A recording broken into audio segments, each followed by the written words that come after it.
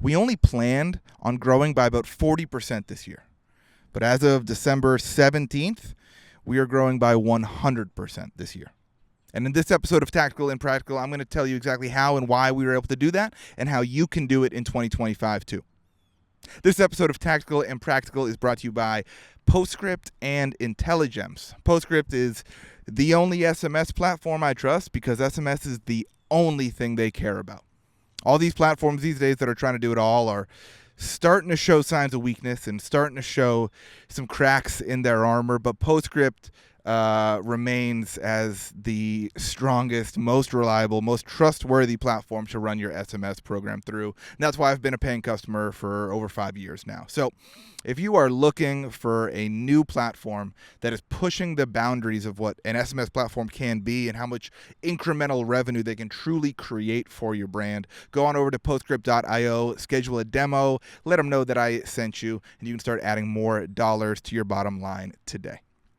Intelligems has been our sponsor since the start of this program. Another software that I've been a customer of for just about 2 years now. And every time that performance isn't what I want it to be, or every time that we're trying to solve a problem with the business, it can usually be solved by a split test on our website, and that's what Intelligems.io is all about. You can split test content, prices, headlines, offers, messaging, prices, anything you can think of to test on your website. Intelligems is your tool to do it, and you don't need a CRO agency that you're paying $5 to $10 a month anymore. You just need an Intelligems account. So go to Intelligems.io, let them know I sent you. You'll thank me later. I'm going to start this episode off with a quote from my favorite first century carpenter. He said, "You cannot serve two masters. Either you'll hate one and love the other, or you'll be devoted to one and despise the other. You cannot serve two masters." And while I don't think Jesus was talking directly to e-commerce marketers when he said that, I think there's something to learn from that principle. I don't believe you can serve two metrics in your business. I think it's fundamentally flawed to try to optimize an entire organization, an entire system that are striving towards two different goals. I think that creates a lot of internal strife, a lot of problems, and ultimately a lot of lost profit. And that's what we're going to talk about today. Most businesses like to shoot for a revenue goal at a certain ROAS or MER target. So they'll say, we want to do $10 million this year at a 33% MER. That math that they're doing is obviously designed to back into a profit goal or to an EBITDA goal. And, that math might net the business $1 million in profit. But the problem is they don't tell their employees or they don't tell their marketing agency that the goal is actually just $1 million in profit. Instead, they tiptoe around it by saying we want to do this much revenue, 10 million, at a blended return on ad spend of a 3. And that sounds fine in theory. That's why most of you are doing it that way. But in practice, it creates all sorts of problems. What do you do when you're hitting your top line goals, but you're missing your efficiency goals? Or what do you do when you're running at a 3x return on ad spend, but nowhere near the top line volume that you were expecting? I'll give you a hint. There's no magic button you can press to increase ROAS or to increase top-line revenue. So what ends up happening is you're going to have internal conflict in your company the entire year. You're going to miss your targets the entire year. And the C-suite's going to look around at the end of the year, wonder where all the money went, and then they're probably going to fire the marketing guy.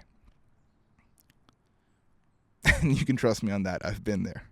And I spent too many years of my career trying to optimize for both the revenue and an efficiency goal, and it flat out does not work. Here's what you should do instead. You should set a minimum profit goal, and you should set a maximum top-line revenue ceiling. So instead of saying you want to do $10 million at a 3x MER, instead you should tell your team, we need to net $1 million. That's our profit minimum. And to achieve that, we can do up to $12 million in revenue because that's how much inventory we can make. You need to give them a profit minimum and a maximum revenue number based on your inventory restraints. This method right here is the single reason why we grew by 100% this year, even though we were only planning on growing by 40% at the start of this year. And it wasn't because of any marketing tactic. It's because for the first 6 months of the year, we smashed our minimum profit goals and kept selling out of all the inventory we had.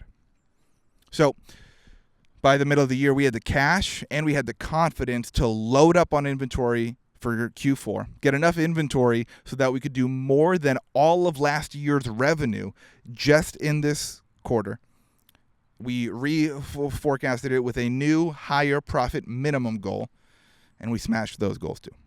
So I need you to send this episode to your CFO and your CEO.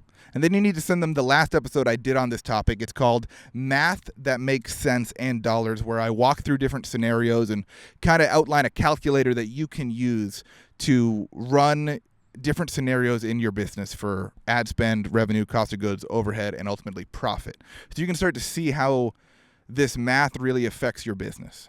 But you guys need to start operating on this method of setting a profit minimum. That's first and foremost. That's the only goal anyone ever cares about. But then just set the profit or the revenue maximum so the marketing team knows how much volume they can push. You're protected on both sides of this. This does what that revenue and MER goal are trying to do, but it's in practice a better way of doing it. Right? Because the fear of just setting a profit goal is someone could say like, oh, well, if you only want to net $1 million in profit, we'll do $50 million in revenue. We'll just do it really inefficiently. Well, you can't do that because you don't have the inventory to do 50. So that's insane. So that's where that maximum constraint comes in. But this is the single reason why we've grown 100% this year. And this is the single reason why I think we're going to continue to grow and crush our profit minimum goals and reach our revenue ceiling goals, because we have a profit minimum. That's the North Star for everyone in the business. And we know what's the maximum revenue we can do based on our inventory constraints. And because of that, we have stacked double-digit growth for 2 years in a row, 100% growth this year, and I don't think there's anything slowing us down. So send this episode to your CFO, CEO. If you're a CEO or CFO on the other end of getting this episode, I'm trying to help. I have lost so much money not operating this way. And I know this doesn't look like this setting where you might get great financial advice, but I've worked for a lot of brands and I've seen this method be the most surefire way to hit your profit goals and to grow your business very, very profitably. You can thank me in a year when you're sitting on a pile of money. But in the meantime, I hope you subscribe to Tactical and Practical, and I'll catch you on next week's episode.